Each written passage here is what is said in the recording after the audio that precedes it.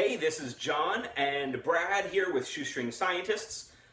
Because one of our workshops at Otakon this year is going to be Build Your Own Automail Arm, we thought we would actually start off a little bit early and show you how to make a pattern for an automail arm instead of just walking into a workshop and having the template already built for you, because our workshop time doesn't permit us to actually create the template and then make the arm. We can only have time for one. So we're doing a video on how to make the template so that you can make your own arm at home, or if you want to learn how to make the template, you can look it up after you actually build your arm at Otakon.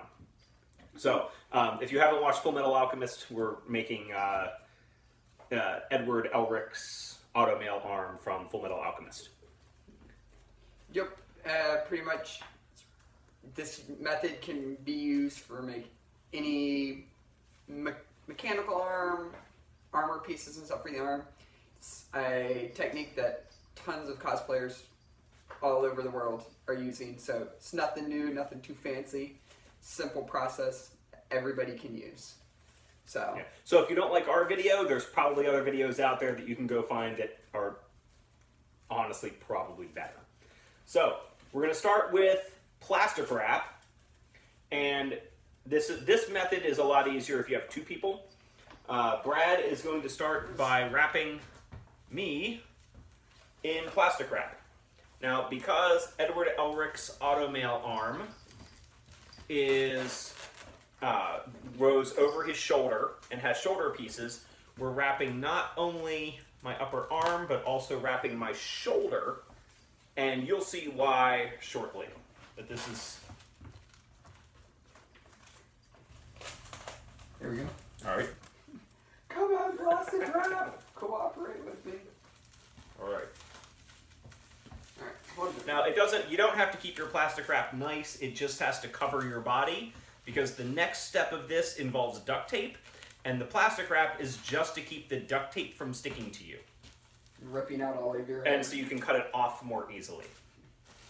Because those of you who have worked with duct tape in the past know that duct tape does not like to come off very easily. Wish you like a Brazilian wax. I prefer that on other people, thank you. Alright. Alright, now we have our fancy dancy duct tape, which was just, duct tape from the dollar store. Super easy. What you're going to do is you're going to cover everything then that you covered in saran wrap with duct tape, if I can speak. Best to do it in short pieces because you want to get it as smooth as possible.